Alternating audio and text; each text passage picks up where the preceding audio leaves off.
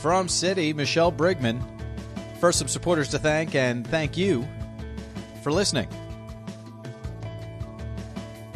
Here it is, the fully integrated cloud CX platform that you need to act smarter, respond faster, and be first in CX.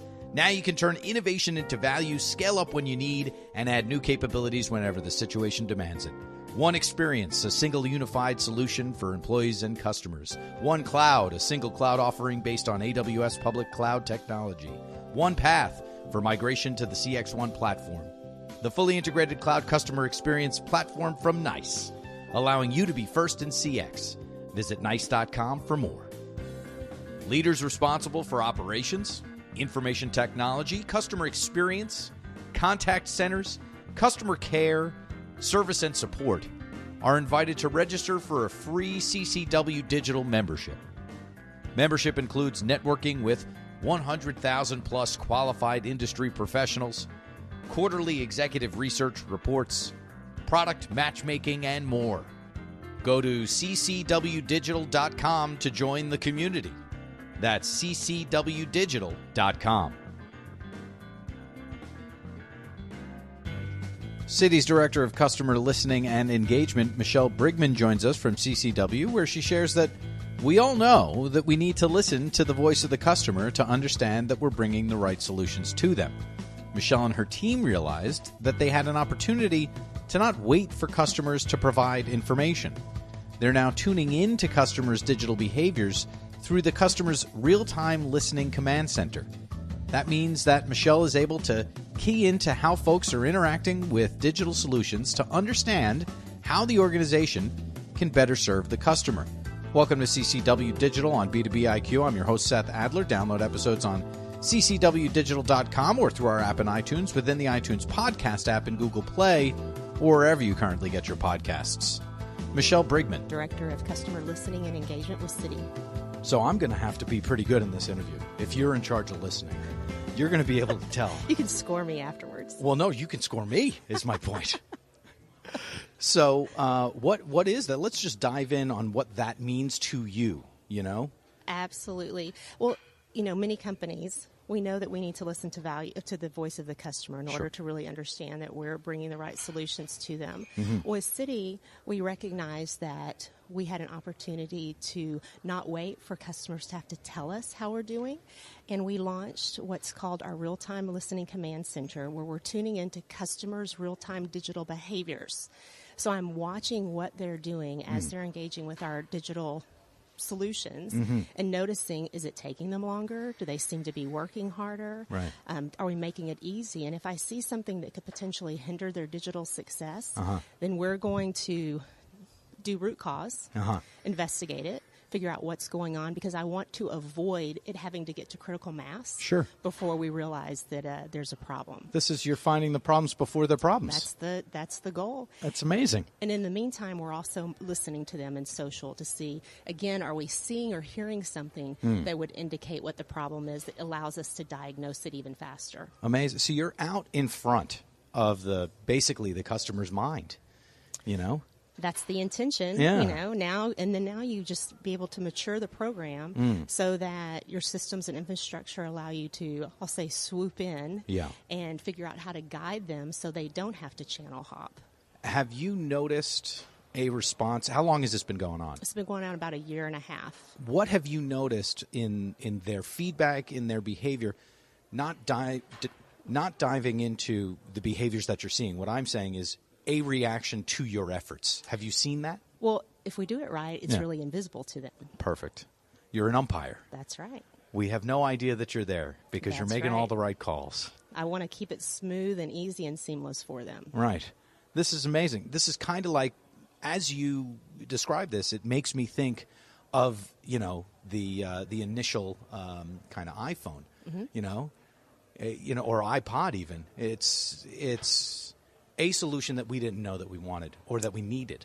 It shows up and then it solves all your problems. Right? Yeah. All right. So then how are you this smart? We got to go all the way back. Where are you from? I'm from a little town in Texas called West Columbia. which is claim to fame. Yeah. First capital of the Republic of Texas. I see. So we go way back. And it still is the Republic of Texas. Thank you so much. We've got that star there for a reason. You know your Texas history, Seth. Absolutely. I've spent enough time down here to know. So where is this little town in relation to maybe some bigger cities that everybody might know? It's southwest of Houston, about 50 miles. Southwest of Houston. So if I'm in Houston looking down to Corpus Christi, it's the other side. It's the other way. All right. And so it begs the question, and I asked you before we got on here, how is everybody at home? People are recovering, right? It's amazing to see the community really coming together to support one another. But there are a lot of people still hurting, a lot of people that aren't in their homes, a lot of people that are trying to figure out how do I rebuild. You know, no one could have predicted and just frankly weren't prepared. The good thing is that, again, that small community is, at least from where I'm from, is incredibly resilient. Yeah. And you see lots of neighbor helping neighbor. Yeah. Humans, it's things like this that show the resilience of, you know, I mentioned I'm from New York, and after 9/11, we came together as though we were a small town as well, just showing our human resilience. It's amazing.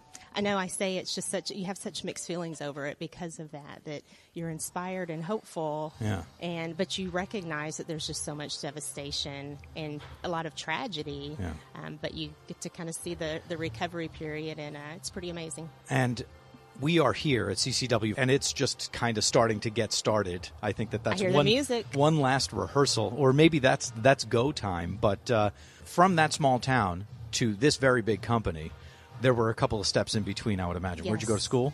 Yes, I went to University of Houston. And were you in Phi Slamma Jamma by any chance? I was in the era of Andre Ware winning the Heisman. I see. So it was after Clyde Drexler. After. And what did you study? What was your... I started in pharmacy, but actually I ended up having some personal tragedy and moved back home and took care of family. But I wouldn't change it for the world, right? Yeah. Because really I would tell you that... took the advice from Mom, just keep moving forward, work really hard. Yeah. And I've had a pretty amazing path come out of that. I also, had some personal tragedy right around when I was about 12 years ago.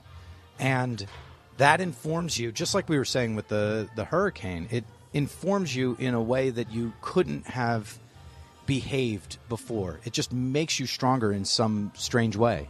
Like I say, what are your choices? You stop or you keep moving. Yeah. And I kept moving. Yeah.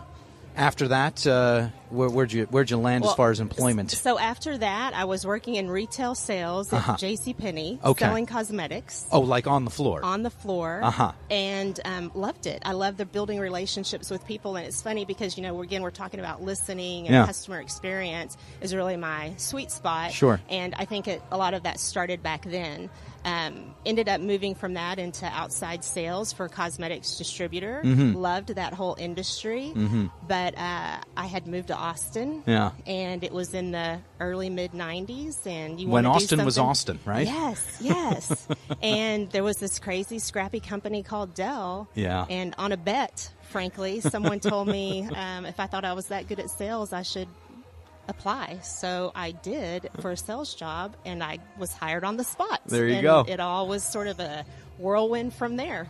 And, those are the days that Dell being direct to customer was their own thing. Yes. No one else was doing it that way. So what did it feel like inside knowing that you guys had an advantage that simply no one else had? Well, we were young, and the company was scrappy, and the people they hired were scrappy. Yeah. We worked crazy hours because we wanted to. You loved the gig. You loved the environment. And computers back then, no one had them. This was like their first entry into a personal computer. Right. And it was that desire to win. And so if you weren't hungry, then you probably wouldn't have excelled in that environment. But we were just surrounded by people that were so hungry. Everybody there. Yes. Right? It was a blast. Yeah. And during the holidays, if we had oversold and we were worried about getting the product out in time to be under the tree. Mm-hmm. It was all hands on deck. You left your sales job and you went down to the factory and you built computers, whatever it took. We were like completely bought in. Yeah,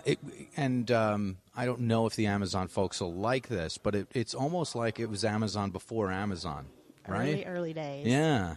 So here you are kind of innovating again. I'm going to go to the shop floor in JCPenney and to understand what you were doing in a new and different way with the customer, eyeball to eyeball, that wasn't done before you kind of walked out onto that floor. You know what I mean? How was that different? Yes. So I have a couple of crazy stories. So when you go to shopping at the mall and there's like the crazy perfume lady that's chasing you down and you try to figure out how to navigate away from her. Okay. Yeah. Well, it's usually my girlfriend, but yes, and I'm with her in tail. Exactly. So I did that for a while, kind of as an extra little gig. Well, at this particular time, Elizabeth Taylor had just come out with her brand new fragrance, Passion. Okay. Again, I'm like totally dating myself, but purple bottle, I'm sure, bottle, right? Yes. Because she had the purple eyes. I didn't want to be that person that everybody was running the other direction from. Sure. So I got a big gift basket. I got a bunch of purple tissue paper. A friend of mine was a bartender. I rolled up the tissue paper to look like little paper roses. That's what he would give the girls in the bar when they came up. And sprayed them with Passion. So people came to me. Because you had the roses. Because I had the roses. Which is what also... is this? Which is also, you're the bachelorette before the bachelorette or whatever, right? No proposals came out of it, though. Right.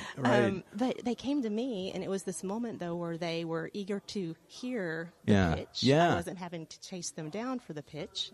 And we sold it like gangbusters. Now, how do you know how to do this? I don't. It's about connecting with people. I understand, but your father, your mother were these entrepreneurs? Because that's a very unique approach, right? No, still today, if I walk into a department store, I'm getting chased down, right? So not everybody picked up on your whole thing there, and that's many years ago. What did your folks do? Well, my dad was retired military. My dad went through the 8th grade. Okay, and that was it. And that was it. Ended up having to go to work. Yeah. Was in the military, retired military, Navy. Thank him for his service. Yes. Yeah. And my mom worked in a bank as a bookkeeper. Yeah. But if you go back through the story of my family, again, lots of hardship, lots of whatever it takes. How do you overcome? I got it. And people are very important. Like, they have a very tight community. And I think that's what I saw is, how do I just make a connection? Because really it wasn't about the perfume. Right. Of course not. About I got to get this job done. Well, no, it was about helping someone to feel valued and important. And by having them come up to you, you have a conversation, listen. Yeah. It's never been about the product. But how did you know that? I don't know. Because you were a young person then. I mean, that's a distinct. I even just didn't get it when I was trying to explain it back to us, you and me, when we're having this conversation. You made it about the connection with the person. Well, how do you want to feel? You want to feel important. Absolutely. You want when someone's sitting down and talking to you that they connect and they're actually trying to uncover and discover and get to know you. Yeah. And that's what I think it was always about. Yeah. And I value the many years I spent in some type of sales because, I mean, you still do it today, even if it's not your job title. Totally. But the sales piece is really about building a connection and relating to people. All right. So you were in sales at least for some time in Dell. When did it kind of change from Michelle, go do this, to Michelle saying, go do that? Yes. Well, it was interesting. I was in sales for about a year in phone sales, right? Okay. Which was kind of anti my personality, taking incoming calls, running the contact center metrics. Because you'd rather be out in front. I wanted to be, again, don't rush me. Yeah. Let me do the process. It was a difficult role for me. I did very well in my sales. Sure. I did terrible with my call center metrics because I took too long. Right, of course. But my margins were higher than Justified most. them. Yes. Right, yeah. Justified those calls, yeah. So I was looking for something different, and one of the operations managers said, hey, we've got this job scheduling our contact center folks. Are you interested? Well, I was completely intimidated. I didn't really understand what it meant. But what it did is I ended up saying yes, took a chance, said yes, didn't know. I'd figure it out. I was scrappy that way. Yep. And that completely opened a lot of doors. He, in fact, kept handing me new complicated challenges and saying, what do you think we should do, how to figure it out? And I think one of the benefits of me is I'm very comfortable saying I need help or I don't know or who's smarter than me. So I just really sought out a lot of advice. And at that time, I found that I had a natural ability for process improvement. And he encouraged me. He said, you ought to learn the skills around Six Sigma. Look at this. Because you do this naturally. Now, if you understand the tools in your toolkit to help, when do you, you've got something to fix. When do you apply a wrench over a hammer? Right. And I went and invested and got my black belt certification in Six Sigma because I needed to learn the methodology and the tools. And that, then again, it just became, what's the next problem? Applying those theories. Sure. But it was always then rooted to CX and the customer. How do we be better? Process excellence in CX. So OpEx in CX, if you will. And if we go back to the Rose example, that is absolutely the most seamless way to do that. You had improved that process more than it possibly could have been improved in retrospect. So now a process excellence person, OpEx in CX, where did you go within Dell, to kind of execute and, what maybe some of the major tent poles of success for you? You bet. Well, so I'll tell you pretty early in my career, it was one of those kind of pivotal moments where I was in charge of some of our back-end tables, and I was following the process I was given, and I changed a particular table. Well, we couldn't sell computers that day. Oh, Michelle. And I didn't realize that I was the cause of it at the time. So we're in panic. The company's in panic. Right. We can't pull up previous quotes. We can't actually sell anything. And I'm sitting there and I said, I wonder if that thing I did today with the table might be the root cause of this. Was it me? So I changed it back, and guess what? We were all green again. Oh, boy. Well, it was interesting because I thought for sure I'm going to be fired right now. Yeah. Well, I made some calls, and I said, how did this happen? How did I have that much? How am I able to do this? How am I able to do this? Yeah. Right. And so we were small enough that I could talk to the coding team, and we figured out how to put a fail-proof on it next time. But then I had to walk into the Michael? Well, he wasn't in the room at that time, but it was a lot of the folks at his table that are in the room, and we're in crisis mode. And I had to walk in and say, it was me. Wow. Here's what happened. I did it. I have taken these steps. I've called. We've got it corrected. I don't believe this can happen again. And I was ready for them to walk me out. Sure. Deservedly, right? Yeah, exactly. And one of the executives, who's still there, by the way, she said to me, consider yourself whipped with a wet noodle. Okay. And I walked out, still a little dumbfounded and confused about, what does that mean still even? Work? Yeah, I don't exactly. know. But actually what I found is the way I handled it won me a tremendous amount of just respect. Yep. I mean, I screwed up royally, and it was unrecoverable for the business. However, for me, it really helped to set a tone. So you asked, how did then these other things start happening? Yeah. It let it be known my character. I was a hard worker. Yep. Had this knack now and this skill set for some of these process improvement things. But at that time, we had Six Sigma really successful out in the manufacturing facility. Sure. And we were trying to figure out how do we apply those principles in the business.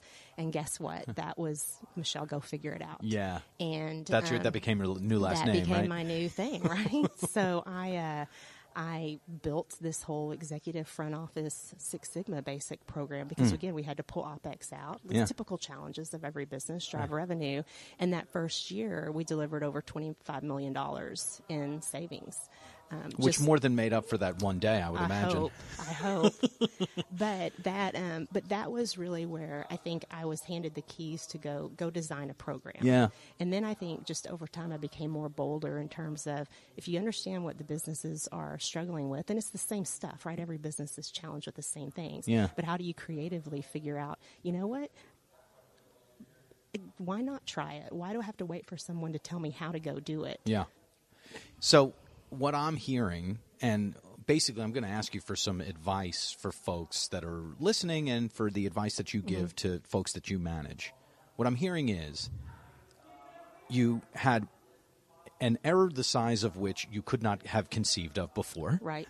You solved that error. You then solved the reason for that error, and then you solved for that error not happening again. Then you took it, right? You said the buck stops with me. Yes. It was my fault.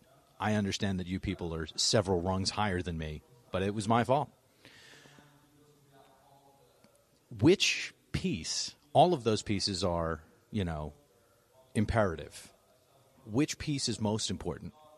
I think that I respond the strongest if I feel like I really have a connection and believe in something. If I believe it's worth fighting for, then I'm pretty much like a dog with a bone, and I don't let go easily because I feel it's the right thing to do. But it's the right thing to do for the customer. Yeah. And I've done some pretty crazy, bold, ballsy things, if you will, in terms of really trying to get support and buy-in. Both at Dell and Citi. Let's go ahead and just give us another example. Sure. Right? Sure. So, of cojones. Yeah, so this was a fun one. I was part of our operations leadership team, the sales operations leadership team. Again, I'm going to go back to Dell. And I was asked to put together the strategy session for North America leadership. Okay. All of them. Yes, right. Yes, for ops. Okay. So all of the functions, customer service, their call centers, all of that. So I had been looking into social, and this was before we had really launched anything around social. What year was it, roughly? This was in about 2009. Early still. 9. Yeah. And or I'll say it was probably 8. And I had been asked, hey, Michelle, NPS social, is there a thing there? That was the question. Right. Is there a thing there? So I had just gone out and I would say canvassed and started listening to what people were even saying about Dell. And there was this particular customer. He was a reviewer for Techno Buffalo. His name was John Lakers, and he was not happy with us. I see. And John, we helped him with this particular issue, but then I asked him, I said, I've got this executive meeting. Would you be willing to show up basically virtually and talk to the executives? Come on in, John. Come in and share your experience. Because he was a businessman. Sure. He had a great following. He was influential, but he understood customer. And so his points were they needed to hear it, and they needed to hear it from someone other than me. Sure. Yeah. So just before his slot on the agenda, and again, these executives have no idea. Right. Just before the slot on the agenda, I said, oh, by the way, I've invited a customer to come in and give us, to talk to us or give us some feedback. And we had done some kind of lead-in work earlier that day as well that had them all fired up. Well, whenever I told them that, panic ensues. Of course. Where's legal? Where's our lawyer? We need to have all. And I said, no. We're just talking to him. Yeah. We're talking to him. Yeah. And he's more talking to us than anything else. And all we need to do is listen. Yeah. Well, he came on and phenomenal feedback. I mean, phenomenal feedback about just some of the crazy things that we were doing that, you justify from a business perspective and say it will tolerate that level of, fallout or failure. Sure. But whenever you sort of looked at it from a customer point of view, it didn't feel so okay anymore. Right. So anyway. Internally, from our perspective, this isn't so bad. From their perspective, it's terrible. Yes. Right. Yes. And so right then, decisions were made. On the spot. And it was that moving them, I would say you had to kind of win their hearts and minds. That was not a logical, I couldn't do that with PowerPoint. Right. I couldn't do it with Pareto charts. That was a conversation and breaking down the walls. And you also couldn't have told them that this was happening before it happened, essentially. No, I would agree with you that was your word, ballsy. It was ballsy. I figured, again, I think though they came to just appreciate that. And they never knew what I had up my sleeve. So then when you are, again, managing someone or advice to others, what are the kind of key tenets of getting something done, right, on behalf of the customer? Is it accepting responsibility? Is it coming up with a solution? It's kind of all of those things. But what's most important? What's in your mind? I think you have to talk about it differently. How do you mean? I mean, you have to I say customers are not data points, they're people. And I think that number one is you have to make them people to the folks you are depending on to make the decision, write the check, say yes or no to the program. So how do you do that? Well, number one, again, don't talk about it in terms of, well, we get it right 99.6% of the time, but 0.4% we don't. Customers are not 0.4. Right. So what is That's Dave that number? and Nancy right there. Yeah. What is that number? Where you can show their picture, tell their story, bring them to life, that benefits you. Where you can take it so far as having your executives actually try to experience it and feel it themselves. So as an example actually I'll tell you Citi, I have the privilege of having responsibility for one of our command centers. So you walk in, it feels like mission control. It's an awesome environment. You get kind of fired up just walking in there. Right. But our executives were coming through, and I wanted to raise a point where we were our customers were having a hard time maneuvering in one of our digital experiences. Okay. Our executive came in, CEO of one of our businesses, and I set up a desk. I had a statement with his name on it. I had a guy on my team created a mock of the page. I had a picture of him. I had a silly little grocery list as if he does his, pick up his laundry kind of thing. But anyway, I sat him down and I said, hey, I want you to do this task. Well, he couldn't. And he started getting upset. And I said, exactly. This many customers are experiencing this right now, but let me show you what we're doing within the team. Here's point 4, and here's the solution. The point 4. And he was notably concerned. Yeah. Aggravated. Yeah. So that, again, it's stupid and corny as that sounds. Yeah. It works. Totally. Because you had the solution as well. I had the solution. There's not only this problem, but here, let me show you what we're doing And we were getting it fixed, but it was a matter of I needed to bring them in because I also needed him to support the work that we were doing, and what better way than get him emotionally involved. Unbelievable. So that's why I say make it real, talk about them, bring the customer to life, be willing to do that. And then I also don't talk about it in terms of, okay, this is 0.4 customers. Well, what is that 0.4 week after week after week? What's the cumulative of it? How long has this been going on? Now it's, 100,000 customers for a period of, 15 days. Again, that gets a very different response than the Pareto chart. Yeah, this is metastasizing. We need to address this.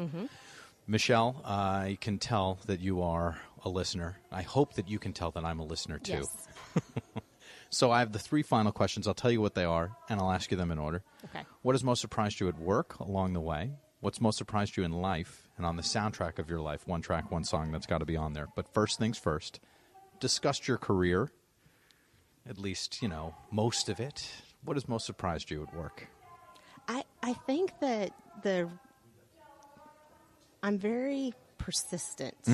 I'm getting that sense. And I think that has been more surprising to me. And the fact that I don't have to be, and I think the fact that you can get a lot of yeses. Like I think sometimes we stop ourselves because we think, oh, they'll never agree. It's amazing that if you just try and you have sort of an idea, it's easier to get a yes than what you think.